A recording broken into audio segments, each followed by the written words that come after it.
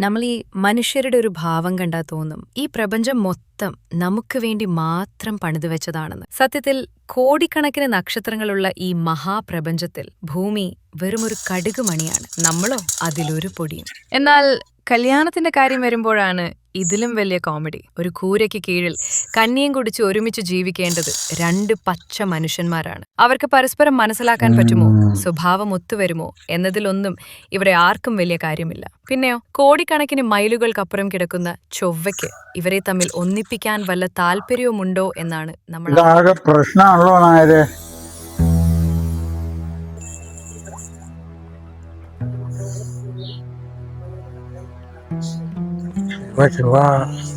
എന്തായി കാണ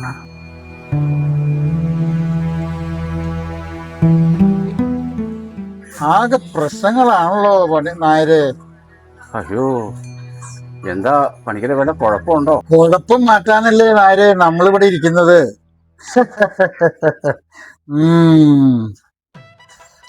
ഏഴാം ഭാവത്തിൽ ചൊവ്വ കിടന്ന് ഇങ്ങനെ കളിക്കുക. രാഹുവും കേതുവും പിന്നെ സർക്കസ് വേറെ. ചെലവുണ്ട്. മംഗല്യപൂജ, അതുമായി ബന്ധപ്പെട്ട കേസുകൾ. ഈ കുട്ടിയുടെ ശരീരത്തിൽ പല പല പ്രശ്നങ്ങളുണ്ട്. ദശാസന്ധിയുടെ അങ്ങേ അറ്റം കിടന്ന് പുകയാണ്. തഥാ സമക്ഷം ദഹതാ മനോരഥം ഈനാ കീനാ ബദ്ധ മനോരഥ. ഭക്ഷണം തന്നെ ഉപേക്ഷിച്ച ചില ശ്ലോകങ്ങൾ കേട്ടിട്ടുണ്ടോ? ഓ, കേൾക്കാൻ വഴിയില്ല.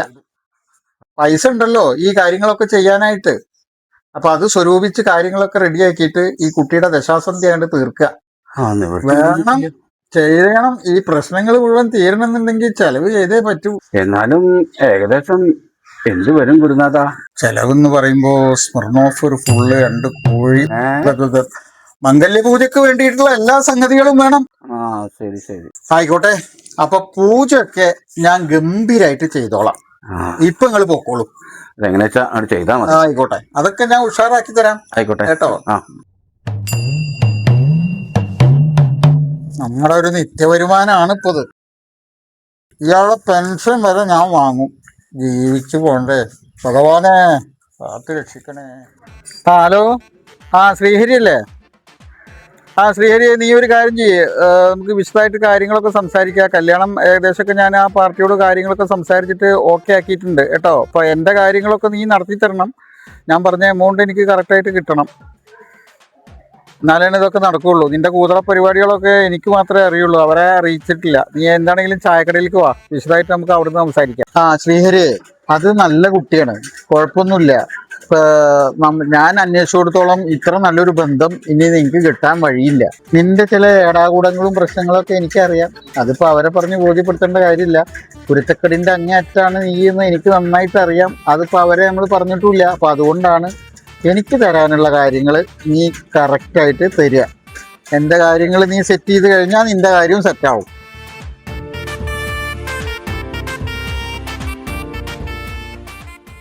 നായരുടെ നമ്പർ ഉണ്ടായിരുന്നല്ലോ, കണ്ണും പിടിക്കണില്ല ഭണ്ഡാരം. നായര്. ഓക്കെ.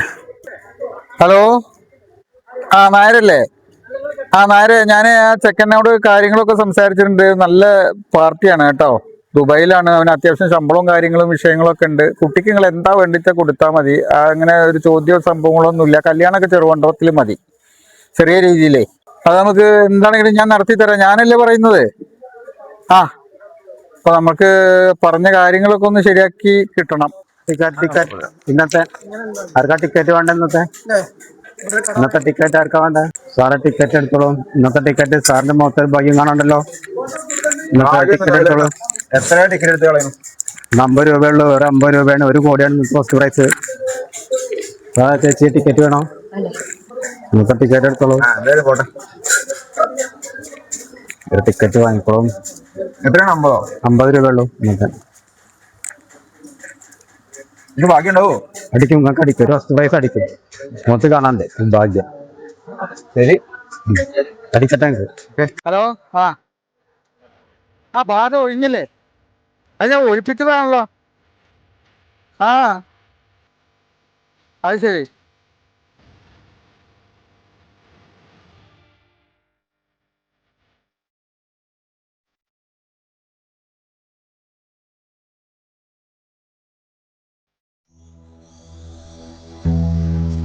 എടോ പണിക്കരെ, താൻ എന്നെ ചതിക്കായിരുന്നു അല്ലേ?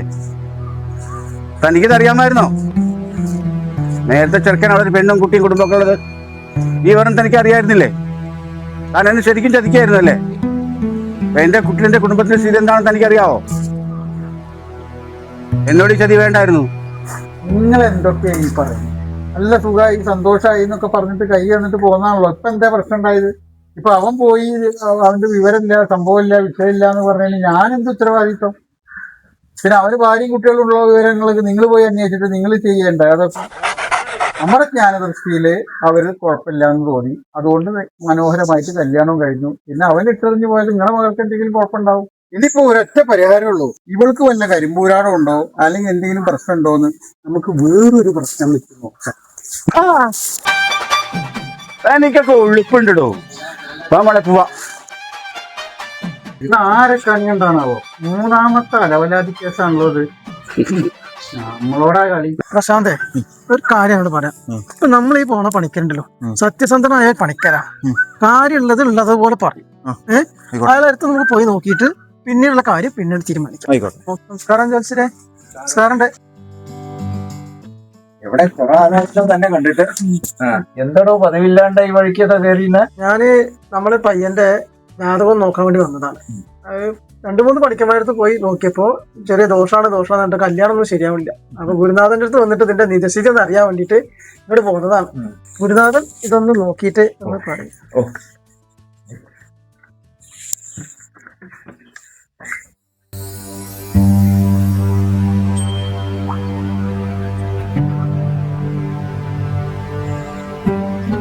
ഈ ജാതകം ആരുടെ കാണിച്ച്? പൂജകൾ എന്തേലും ചെയ്തോ? എന്റെ ഗുരുനാഥൻ ചെയ്യാത്ത വഴിപാടുകൾ ഒന്നുമില്ല. ഇനിയിപ്പോ എന്താ അതിനൊരു പ്രതിവിധി വെച്ചാ ഒന്ന് നോക്കി പറഞ്ഞു തരാ. ഇതിനിപ്പോ പ്രതിവിധി മുഹൂർത്തം നോക്കുക, കാലി കെട്ടുക, അത്രേ വേണ്ടു. പ്രശാന്തേ, ഒരു സന്തോഷ വാർത്ത ഉണ്ടോ? എന്തേ? ഞാനൊന്ന് ഇരിക്കട്ടെ. അന്ന് എടുത്ത ടിക്കറ്റ് ഇല്ലേ, ലോട്ടറി? എടുത്തിരുന്നു. അതിന് ഫസ്റ്റ് പ്രൈസ് ഇരിക്കോ? എന്റെ ഭാഗ്യം തെളിഞ്ഞു. പറയും. കള്ളിയങ്കാട്ട് നീലയുടെ കല്യാണം. അപ്പൊ പിന്നെ പന്തലൊക്കെ കരിമ്പനയുടെ മേലെയാണോ? പണിക്കരെ എത്ര കുടുംബങ്ങളാണ് തിരിച്ചറിയോ? അപ്പൊ നീലി നമ്മളൊരു പഴയ പരിചയക്കാരിയാണല്ലോ. ആ ബാധ നമുക്ക് വേറൊരു രീതിയിൽ മാറ്റാം. അതിന് ലേശം ചെലവുണ്ട്. അത് ശരി. അല്ല അതല്ല ഞാൻ പറഞ്ഞത്, അതല്ല.